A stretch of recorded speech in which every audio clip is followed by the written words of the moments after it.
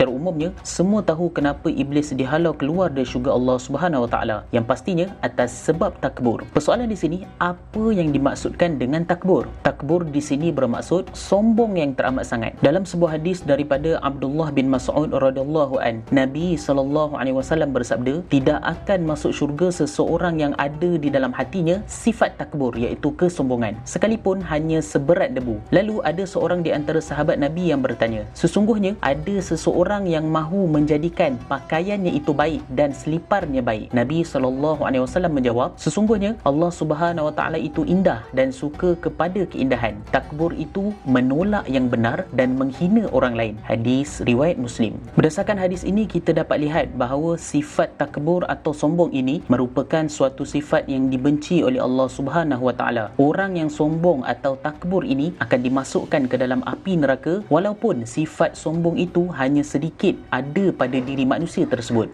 Kenapa sombong itu tak boleh sama sekali ada pada diri manusia? Kerana sifat sombong itu hanya layak pada Allah Subhanahu Wa Taala sahaja. Barang siapa di kalangan manusia yang ada sifat takbur walaupun sedikit, sebenarnya manusia itu telah merebut sifat takbur atau sombong itu daripada Allah Subhanahu Wa Taala. Itulah punca kenapa Allah Subhanahu Wa Taala murka pada manusia yang ada sifat sombong atau takbur ini. Jika kita lihat kisah iblis dihalau oleh Allah Subhanahu Wa Taala dari syurga, puncanya adalah kerana iblis tak mahu ikut perintah Allah Subhanahu Wa Taala untuk sujud kepada Nabi Adam alaihi salam. Bagi iblis, manusia tidak layak untuk bandingkan dengan iblis yang diciptakan dari api. Manakala Nabi Adam alaihi salam diciptakan dari campuran tanah. Oleh kerana beza dari manusia, maka iblis secara langsung enggan sujud dan mengikut perintah Allah Subhanahu Wa Taala. Maka dia telah dihalau oleh Allah Subhanahu Wa Taala keluar dari syurga. Firman Allah Subhanahu Wa Taala yang bermaksud, maka keluarlah engkau daripadanya, iaitu syurga atau langit, maka engkau adalah orang yang dikutuk. Di sini kita dapat lihat bahawa sifat sombong atau takbur ini boleh jadi penghalang bagi manusia untuk masuk ke dalam syurga Allah Subhanahu Wa Taala. Kesimpulannya, sebagai manusia kita hendaklah sentiasa mendidik hati kita dari berasa hebat atau sombong dalam hati. Hanya Allah Subhanahu Wa Taala sahaja dapat melihat isi kandungan hati manusia. Ada di kalangan manusia itu merasakan dia dah cukup baik di dunia dengan mengamalkan segala perintah Allah Subhanahu Wa Taala. Bahkan orang lain juga melihat bahawa manusia itu terbaik dari segi amal ibadahnya. Namun apabila mati sahaja manusia itu, dia terkejut melihat segala amal ibadahnya telah hilang seperti debu yang berterbangan. Rupa-rupanya bila dilihatkan segala amalan hatinya waktu di dunia dahulu adalah kerana takbur dan sombong. Segalanya bukan kerana Allah Subhanahu Wa Taala. Segala amal ibadah itu hanya kerana selain daripada Allah Subhanahu Wa Taala. Secara langsung menjadi satu kerugian bagi manusia tersebut. Mudah-mudahan kita dapat beramal dengan hadis ini. Jangan lupa untuk sebarkan kepada orang lain supaya orang lain juga mendapat manfaat daripada perkara yang sama.